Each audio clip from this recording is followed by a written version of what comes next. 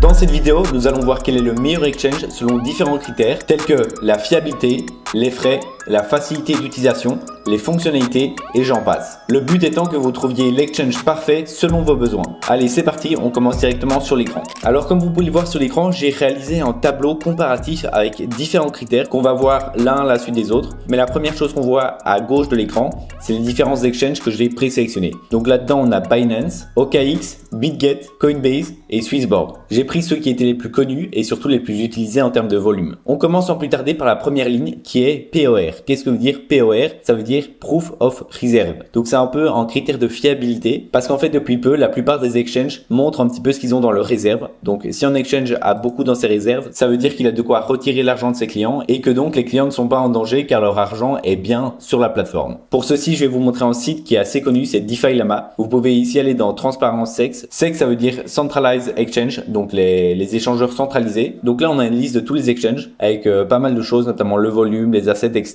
Et nous, ce qui va nous intéresser, par exemple, quand on clique sur Binance ici, on nous donne un graphique ici qui dit le total asset, mais surtout, on peut venir voir ici les assets pour voir un peu la répartition et toutes les stats. Et en fait, on va voir par exemple que ici, Binance, ils ont 30% de leur asset qui est en BTC, 26% en USDT, 14% en BNB qui est le token natif de la plateforme. Donc en fait, vous pouvez voir pas mal de choses, voir s'ils sont diversifiés, si c'est des gros tokens comme le BTC, l'USDT qui est un stablecoin qui est adossé au dollar, donc il n'y a pas de volatilité. Ce genre de choses, c'est des bons signes. Et ici, si on développe, on peut voir chaque asset et combien il y a de millions de dollars à chaque fois dedans. Donc voilà, c'est intéressant de savoir ça. La plupart des plateformes le font parce que c'est un gage de qualité et de fiabilité. Comme on peut voir ici dans mon tableau, elles l'ont toutes faites à part Coinbase. C'est un premier red flag. Ça veut pas dire que la plateforme est frauduleuse ou quoi. Coinbase, ça fait des années qu'ils sont là. C'est une des premières et elles n'ont jamais eu de problème. Elle est même cotée en bourse maintenant, donc voilà, ça veut pas dire que c'est quelque chose de frauduleux, mais ça reste un certain indicateur qu'il faut prendre en compte. Ensuite, la deuxième colonne, on arrive sur les frais de trading. Donc ça, j'ai tout compris dedans, que ce soit frais spot ou que ce soit frais futurs aussi, donc avec levier, etc. Et donc ici, on peut voir par rapport aux différentes plateformes que Binance, Bybit, c'est moyen. Donc j'ai pris des frais en général, hein. Ça dépend de beaucoup de critères, mais voilà, en général, c'est moyen. OKX et BitGet, ils sont faibles les frais. Et Coinbase et Swissborg, ils sont très élevés. Vous allez voir qu'il y a différents critères et donc ça dépend beaucoup de vous. Si vous savez que vous n'allez pas faire énormément de trading, etc., cette valeur, il faut pas forcément la prendre en compte. Ça dépend vraiment de vous. Là, je détaille le plus de critères pour que ça soit adapté tout simplement à vous. Et pour retrouver en détail chaque frais de trading, vous pouvez aller sur Google et taper par exemple la plateforme, donc Binance, par exemple ici, et je vais mettre frais de trading. J'ai déjà tapé et donc ici, vous voyez par exemple pour Binance, le barème des frais de trading spot. Donc c'est exactement ça. Je viens ici et là en fait, je peux voir à chaque fois. Donc ça dépend de critères. Par exemple, si vous avez des BNB, etc. Et vous voyez ici les frais maker et taker. Donc maker, c'est quand vous allez placer des ordres qui sont limites, donc ils vont se déclencher à un certain niveau de prix, alors que taker, c'est des ordres au marché, donc qui se déclenchent tout de suite. Donc il y a un peu plus de frais là-dessus. Et donc voilà, vous avez le barème ici en fonction de votre niveau de BNB, etc. Enfin, il y a beaucoup de choses à voir là-dessus. Mais dans mon tableau, j'ai fait une moyenne et donc voilà la conclusion. Les meilleurs là-dedans, c'est OKX et BitGet. Avant de continuer, je te fais une petite interruption pour te dire que tous les exchanges que je présente dans cette vidéo, il y aura le lien en description. Avec ces liens, tu vas bénéficier de bonus ainsi que de réduction sur tes frais de trading. Donc c'est vraiment avantageux. Je te mets tout ça en description. N'hésite pas à aller voir. Ensuite, on arrive sur la troisième colonne, donc les dépôts fiat. Donc ça va être tout ce qui est dépôt en euros, en dollars, enfin toutes les monnaies fiduciaires. Et donc dans ma note, je comprends les différents moyens. Par exemple, toutes les plateformes ne peuvent pas faire de dépôt en carte bancaire ou alors en peer-to-peer.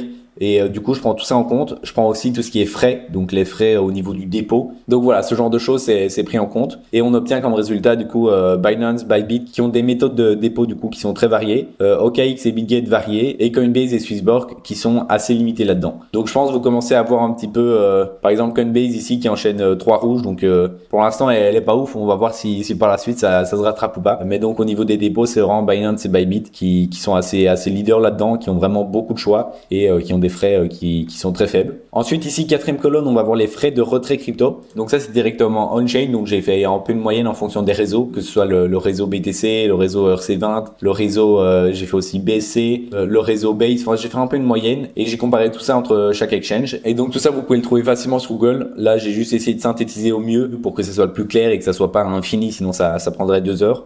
Et donc là, on peut voir que Binance, c'est moyen. Également BitGet et Swissborg. Donc ils ont des frais qui sont moyens. Bybit, des frais élevés. Ça, c'est vrai que je me souviens sur Bybit, ça peut être trompeur parce que sur les frais de retrait, c'est pas ce qu'on regarde d'habitude quand on arrive sur une plateforme. On regarde les frais de dépôt, les frais de trading, tout ça. Mais les frais de retrait, c'est vrai que ça vient après. et tu penses pas forcément, et c'est vrai que c'est quand même important à savoir. Je sais bien que sur Bybit ils sont assez élevés, alors que sur OKX et Coinbase ils sont assez faibles. Ensuite je passe à la prochaine colonne, donc c'est la variété de crypto. Donc ça c'est assez important, enfin ça dépend de votre profil, mais moi pour ma part je sais que c'est assez important d'avoir beaucoup de crypto disponibles, que ce soit pour le trading mais aussi pour l'investissement. Avoir des cryptos avec des plus petits market cap et ce genre de choses, ça peut vraiment être utile, même si quand vous êtes débutant au début vous allez vraiment investir sur les grosses bases, etc.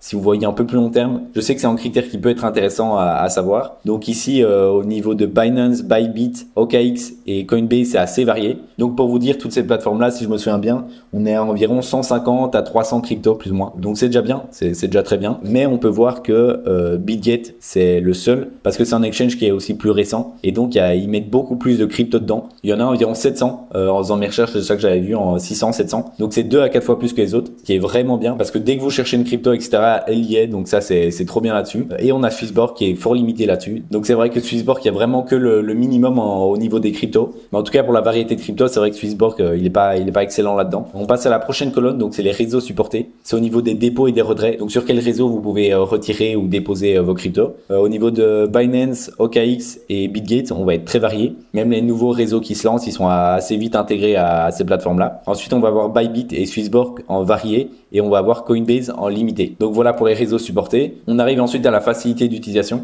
Donc ça peut être intéressant pour les débutants parce que c'est pas toujours simple. Il y a toujours beaucoup d'informations sur l'écran, des fonctionnalités, des trucs par-ci par-là et tout. Et je sais bien qu'au début ça peut embrouiller un petit peu. Donc si on regarde un petit peu au niveau de Binance, Bybit, c'est compliqué. Moi j'ai commencé par Binance et au début il te faut quelques jours pour t'adapter parce que tu es vraiment perdu dans toutes les fonctionnalités. Ça peut aussi être un avantage. D'ailleurs on va le voir juste après. C'est le dernier critère. Au niveau de la facilité, ça reste plus complexe. Ensuite on a OKX, Bitget et Coinbase en moyen et on a Swissborg en facile. Donc là pour moi c'est vraiment l'atout de Swissborg. Si vous êtes débutant, vous voulez pas vous prendre la tête, etc.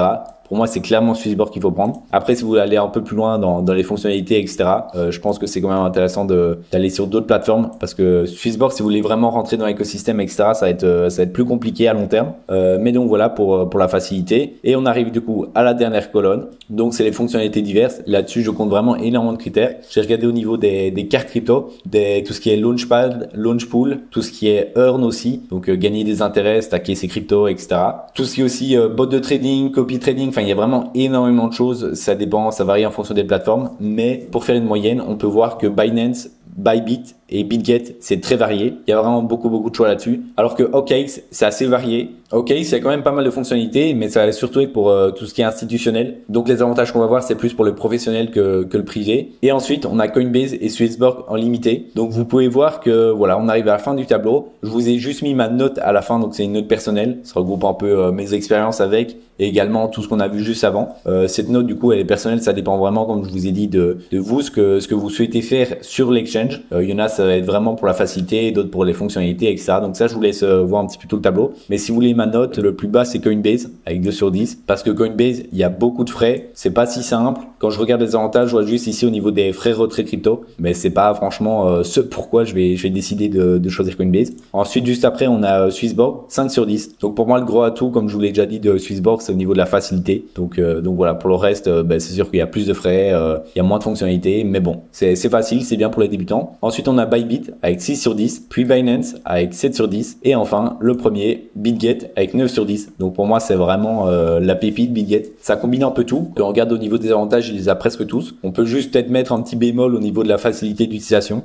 Mais je pense que c'est un bon compromis entre, par exemple, quelque chose comme Swissborg ou Binance et Bybit. Parce que comme vous voyez, Binance et Bybit, c'est surtout au niveau de la facilité que ça a posé peut-être plus de problèmes. Et Bybit au niveau des frais. Mais voilà, pour moi, Bitget, c'est vraiment le mieux si vous voulez vraiment entrer dans l'écosystème et avoir beaucoup de fonctionnalités. Parce que vraiment, pour moi, c'est l'atout de Bitget d'avoir énormément de crypto et énormément de fonctionnalités. Donc voilà, c'est tout pour la vidéo. Si elle t'a plu, n'hésite pas à mettre un petit like. Si tu as une question à la demander en commentaire, je te répondrai assez rapidement. Et n'oublie pas que tu as tous les liens en description pour récupérer tes bonus. Et moi, je te dis à la prochaine. Ciao!